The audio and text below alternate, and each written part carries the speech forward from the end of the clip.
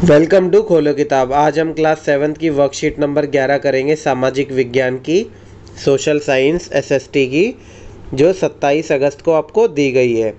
अगर आप चैनल पे नए हैं तो इसको सब्सक्राइब कर लें और बेल आइकन दबा लें ताकि हमारी हर नई वीडियो की नोटिफिकेशन सबसे पहले आपको मिले। अगर आपको वीडियो पसंद आए तो इसको लाइक, कमेंट और शेयर करना ना भूलें।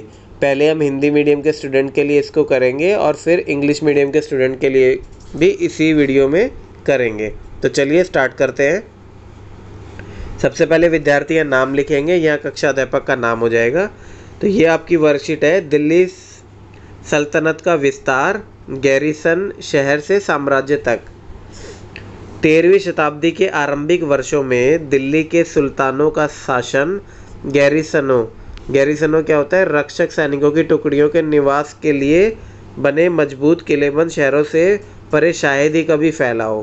तो इसमें बताया कि 13वीं शताब्दी के स्टार्टिंग के जो वर्ष होते हैं 1301, 2, 3 ऐसे में दिल्ली के जो सुल्तान है का शासन इन गैरिसनों से बाहर शायद ही फैला हो, मुश्किल से ही फैला था। मतलब 13वीं सदी के बाद से ही ये स्टार्ट हुआ था फैलना। शहरों से संबंध था लेकिन उनसे दूर भीतरी प्रदेशों पर उनका नियंत्रण ना के बराबर था। मतलब शहरों से तो इनका था संबंध, और लेकिन उससे जो दूर दराज के जो प्रदेश थे उन पर नियंत्रण ना के बराबर था, वहाँ इनकी नहीं चलती थी। इसलिए उन्हें आवश्यक सामग्री, रसद आदि के लिए व्यापार, कार्य, लूटमार पर ही निर्भर करना पड़ता था। तो सिर्फ ये शहरों में ही अटैक वगैरह करते थे। दिल्ली से सुदूर बंगाल और सिंध के गैरिसन शहरों का नियंत्रण बहुत ही कठिन था। अब दिल्ली से जो काफ़ी दूर है बंगाल और सिंध, उनके जो शहर हैं ऐसे गैरिसन वाले, वो उन पर नियंत्रण बहुत ही मुश्किल था क्योंकि वो काफ़ी दूर पड़ते थे। बगावत, युद्ध, यहाँ तक कि खराब मौसम से भी उनका संपर्क के नाजुक सूत्र छिन्न भिन्न हो जाते थे। जो उनसे इन्फॉर्मेशन लेते थे या संपर्क करते थे, कम्युनिकेशन, वो काफ़ी नाजुक जो सूत्र थे वो भी ख़राब मौसम या बगावत की वजह से, कोई आपस में ही विद्रोह हो गया, उनसे इनके टूट जाते थे। शासन को अफ़गानिस्तान से आने वाले हमलावरों और उन सूबेदारों के से बराबर चुनौती मिलती रहती थी। अब जो शासन की किसकी बात कर रहे हैं? दिल्ली के सुल्तानों की। तो वहाँ अफ़गानिस्तान से आने वाले हमलावर भी आते थे, जैसे मोहम्मद गोरी वगैरह जो आए थे अफ़गानिस्तान से, वो, और वहाँ लोकल सूबेदार, उनसे भी चुनौती मिलती थी। यह सिंध की बात हो रही है क्योंकि अफ़गानिस्तान के पास सिंध पड़ता है। जो जरा सी कमजोरी का आभास मिलते ही विद्रोह का झंडा खड़ा कर देते थे। अब जैसे ही उनको लगता था कि अब कमज़ोर हो रही है सल्तनत, तो ये विद्रोह कर देते थे। इन चुनौतियों के चलते सल्तनत बड़ी मुश्किल से किसी तरह अपने आप को बचाए हुए थी। सल्तनत की स्थापना किसने की थी? गयासुद्दीन बलबन के शासनकाल में हुआ था, और इसका विस्तार मेनली किसने किया था? अलाउद्दीन खिलजी और मोहम्मद तुगलक के राजकाल में हुआ था। विस्तार के अभियान दो तरह के थे। अब दो तरह के विस्तार के अभियान कौन से थे? सल्तनत की भीतरी सीमा कौन सी है? गैरिसन शहरों के भीतरी क्षेत्र, जहाँ जहाँ गैरिसन है उसके अंदर के क्षेत्र। और सल्तनत की बाहरी सीमा कौन सी थी? गैरिसन शहरों के भीतरी क्षेत्रों से परे के क्षेत्र, जो दूर दराज वाले थे। तो सल्तनत की पहले भीतरी सीमाओं और बाहरी सीमाओं दोनों का एक साथ ही देखेंगे। सल्तनत की भीतरी सीमाओं में जो अभियान चलते थे उनका लक्ष्य था गैरिसन शहरों की पृष्ठभूमि में स्थित भीतरी क्षेत्रों की स्थिति को मजबूत करना। तो ये कौन से थे? कि जो अंदर वाले क्षेत्र थे, गैरिसन शहरों के अंदर वाले, उनमें अपनी स्थिति मजबूत करना। और बाहरी सीमा वाले, उन पे क्या किया? अलाउद्दीन खिलजी के शासनकाल में दक्षिण भारत को लक्ष्य करके सैनिक अभियान शुरू हुए, और ये अभियान मोहम्मद तुगलक के समय में अपनी चरम सीमा पे पहुंच गए। तो अलाउद्दीन खिलजी ने क्या किया? जो साउथ की तरफ, दक्षिण भारत की तरफ, उन पे अपना सैनिक अभियान शुरू किया कि वहाँ लड़ाई वगैरह करके अपना दबदबा कायम करा। और मोहम्मद तुगलक के टाइम पे वो अपनी चरम सीमा पे पहुंच गए अपने अभियान के। तो भीतरी सीमा में क्या है? गंगा यमुना के दोआब से जंगलों को साफ कर दिया गया और शिकारी, संग्राहकों तथा चरवाहों को उनके पर्यावास से खदेड़ दिया गया। वह जमीन किसानों को दे दी गई, कृषि कार्य को प्रोत्साहन दिया गया। अब ऐसा क्यों किया? जो गंगा यमुना के दोआब के जो क्षेत्र थे वहाँ के जंगलों को साफ़ सफाई करके, जंगलों में कौन रहेगा, शिकारी रहेंगे या चरवाहे रहेंगे, उनको भगा दिया गया और ये किसानों को दे दी और कृषि के लिए काम करने के लिए बोला गया। अब ये इसलिए किया गया ताकि वो इनसे टैक्स ले सके, कर ले सके। और इधर क्या किया, बाहरी क्षेत्रों में इन अभियानों में सल्तनत की सेनाओं ने हाथी, घोड़े, गुलाम, मूल्यवान धातुओं अपने कब्जे में ले ली। मोहम्मद तुगलक के राज्य काल के अंत तक इस उपमहाद्वीप का एक विशाल क्षेत्र इसके युद्ध अभियान के अंतर्गत आ चुका था। ये दक्षिण भारत की बात चल रही है। फिर और क्या किया, व्यापार मार्गों की सुरक्षा और क्षेत्रीय व्यापार की उन्नति की खातिर नए किले, गैरिसन शहर और शहर बनाए बसाए। अब और अंदर मजबूत करने के लिए क्या किया इन्होंने, नए किले बनाए, सुरक्षा मुहैया कराई ताकि कोई दूसरे बगावत करके इन पे अटैक ना कर सके अफ़गानिस्तान से जो आते हैं, और शहर के शहर नए बसाए। और बाहरी के लिए क्या किया, दिल्ली सल्तनत की सेनाओं ने शत्रुओं की सेनाओं को परास्त किया और शहर पर कब्जा कर लिया। अब दक्षिण में बढ़ रहे थे तो वहाँ कब्जा करते गए, जहाँ जाए जीतते गए। इनके सूबेदार और प्रशासन मुकदमों में फैसले सुनाते थे और साथ ही किसानों से कर वसूल करते थे। अब यहाँ इनके यहाँ फैसले बता देते थे कि ये अपने की कोई दिक्कत हुई किसी को तो पहले कोर्ट वगैरह तो होते नहीं थे, तो ऐसे ही मुकदमों का फैसले यही सुनाने लगे और साथ में किसानों से कर भी वसूलने लगे। भीतरी प्रदेश, किसी शहर या बंदरगाह के आसपास के इलाके जो उस शहर के लिए वस्तुओं और सेवाओं की पूर्ति करें। तो भीतरी प्रदेश आपको समझ में आ गया। अब गैरिसन शहर कौन से थे, जो किलाबंद, बसाव या जहाँ सैनिक रहते थे या सैनिकों का जहाँ दबदबा चलता था। दोआब क्या होता है, दो नदियों के बीच की ज़मीन जो काफ़ी उपजाऊ होती है उसको दोआब बोलते हैं। ये कृषि के लिए सबसे बढ़िया ज़मीन बताते हैं। अब प्रश्न एक क्या है, दिल्ली सल्तनत से सुदूर दो गैरिसन शहरों के नाम लिखिए। तो अभी हमने देखा था ये बंगाल हो गया और सिंध हो गया। सिंध होता है पाकिस्तान की तरफ, और सिंध जगह का नाम सिंध इसलिए पड़ा क्योंकि ये सिंधु नदी के पास पड़ता है। फिर दूसरा क्या है, किसके शासन के दौरान सल्तनत का सबसे अधिक विस्तार हुआ। तो ये भी हम बता सकते हैं, मोहम्मद बिन तुगलक। इस आपकी बुक में मोहम्मद तुगलक के नाम से भी इसको दिया गया है। फिर प्रश्न नंबर 3 है, सल्तनत के भीतरी और बाहरी सीमा से आप क्या समझते हैं। तो ये भी हमने अभी पढ़ा है। सल्तनत की भीतरी सीमा मतलब गैरिसन शहरों के भीतरी क्षेत्र, और सल्तनत की बाहरी सीमा मतलब गैरिसन शहरों के भीतरी क्षेत्रों से परे के क्षेत्र यानी दूर के क्षेत्र। फिर एक और दिया है, भारत के भौतिक मानचित्र पर अलाउद्दीन खिलजी के दक्षिण भारत के अभियान को दर्शाइए। सहायता के लिए देखें हमारे अतीत, जो आपकी किताब का नाम हमारे अतीत है, भाग इसका 2 और प्रश्न 34 एवं 35 पृष्ठ पे, पेज नंबर 34-35 पे। तो ये दिखाया गया है आपको अलाउद्दीन खिलजी के दक्षिण भारत अभियान पे। तो इसमें आप देख सकते हैं कि दिल्ली से ऐसे दक्षिण की तरफ गुजरात, चित्तौड़, रणथंभौर, मांडू, फिर यहाँ नीचे देवनागरी से अपना वारलंग, कड़ा, ये ऐसे पूरा का पूरा ये दक्षिण भारत की तरफ इसने पूरा जोर दे दिया। और इसका जो अगला राजा था उसने इस पूरे पे कब्जा करा दिया और ज़्यादा विस्तार हो गया। आइए अब इंग्लिश मीडियम के स्टूडेंट के लिए इसको देख लेते हैं। सबसे पहले स्टूडेंट ये अपना नाम लिखेंगे या क्लास टीचर का name. Garrison town to empire, जो गैरिसन टाउन होते थे जहाँ सैनिकों का दबदबा होता था या जहाँ रहते थे, उससे पूरा उन्होंने एम्पायर कैसे खड़ा किया। द एक्सपेंशन ऑफ दिल्ली सल्तनत, दिल्ली सल्तनत का विस्तार। In the early 13th century the control of the Delhi sultans rarely went beyond heavily fortified towns occupied by garrisons. तो 13वीं सेंचुरी के स्टार्टिंग में दिल्ली सल्तनत कभी हैवीली फोर्टिफाइड टाउन या जो गैरिसन होते हैं जहाँ सैनिकों के रहते हैं वहाँ से आगे कभी बढ़ ही नहीं पाया। The sultan seldom control the hinterland of the cities and were therefore depend upon trade, tribute और plunder for suppliers.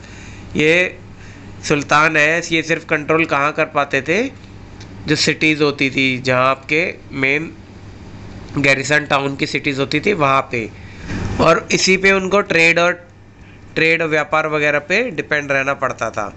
Controlling garrison town in distance Bengal and Sindh from Delhi was extremely difficult. rebellion, war, even bad weather could snap fragile communication route. Delhi's authority was also challenged by Mongols' invasion from Afghanistan and by a governor who rebelled at any sign of the Sultan's weakness. The Sultanate barely survived these challenges.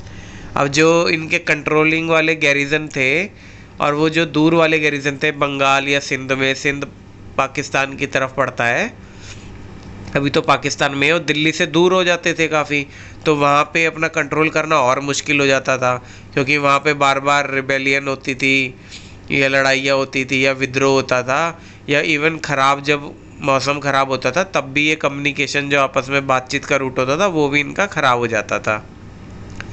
और Delhi authority को वैसे भी challenge मिलता रहता था Mongol invasion से, अफ़गानिस्तान से, and bye governor, जो गवर्नर्स होते थे वो भी विद्रोह करते रहते थे जैसे उनको लगे सुल्तान कमज़ोर हो गया है।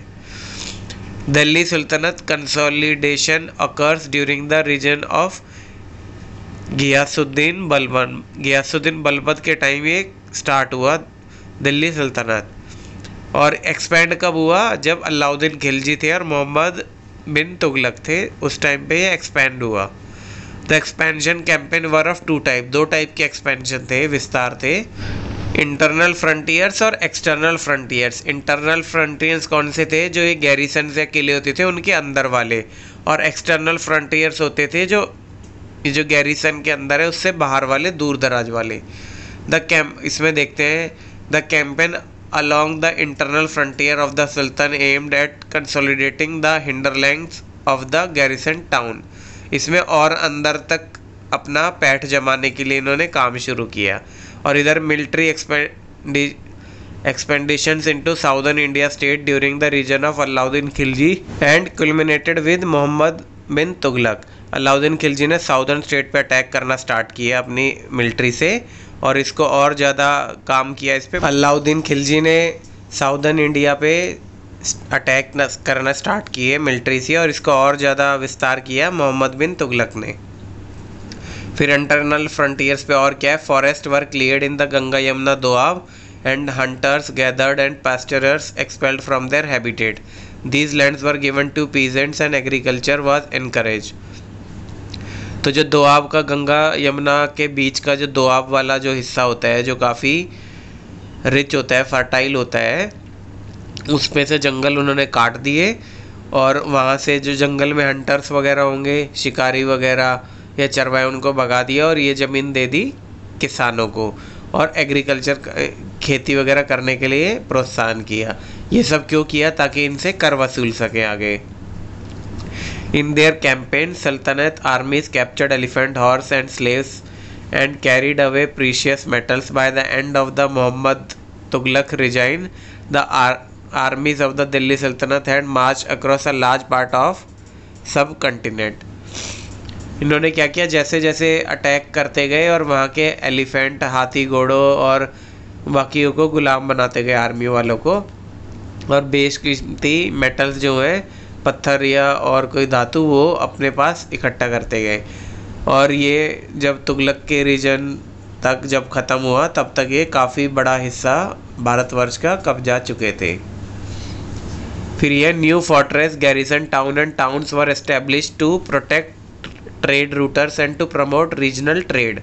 ये इनर वाले में बताया गया है, इंटरनल फ्रंटियर में, कि नए नए किले बनाए गए और उनकी मजबूती के लिए और सैनिक रखे गए, ताकि ट्रेड रूट प्रोटेक्टेड रह सके, व्यापार प्रोटेक्टेड रह सके, और जो रीजनल ट्रेड है उसको प्रोत्साहन मिल सके, और बाहर से कोई अटैकर आए तो उनसे भी बचा जा सके। They had defeated rival armies and seize cities. The sultanate collect taxes from the peasantry and dispense justice in its realm. अब जो जैसे जैसे वहाँ आर्मीज हारती गई साउदर्न स्टेट में, और सिटीज़ को इन्होंने अपने सीज़ करना शुरू कर दिया, अपने कब्जे में लेना शुरू कर दिया, और वहाँ से टैक्स लेना शुरू कर दिया किसानों से, और वहाँ जो जस्टिस है वो भी अपना सुनाने लग गए, क्योंकि उस टाइम पे जज वगैरह तो कोई होता नहीं था, कोर्ट भी नहीं होते थे, तो ये खुद से अपने फैसले सुनाने लगे। अब हिंटरलैंड क्या होती है? The land adjacent to a city और port that supply it with goods and services. Hinterland वो जगह होती है जो सिटी के या पोर्ट होता है उसके आसपास की जगह होती है जहाँ से आपको खाने की और सुविधाएं मिलती है। गैरिसन टाउन होता है फोर्टिफाइड सेटलमेंट विद सोल्जर्स। जो गैरिसन टाउन होता है उसके अंदर सोल्जर वगैरह रहते हैं और मतलब सोल्जर्स का कब्जा रहता है। दोआब होता है 2 रिवर्स के बीच की लैंड। अब क्वेश्चन नंबर 1 है name the 2 garrison town distance from Delhi सल्तनत। तो ये आप बता देंगे बंगाल एंड सिंध। फिर नंबर 2 है इन वूज रीजन सल्तनत रीच इट्स फारदेस्ट एक्सटेंशन। तो ये भी आप बता देंगे मोहम्मद बिन तुगलक।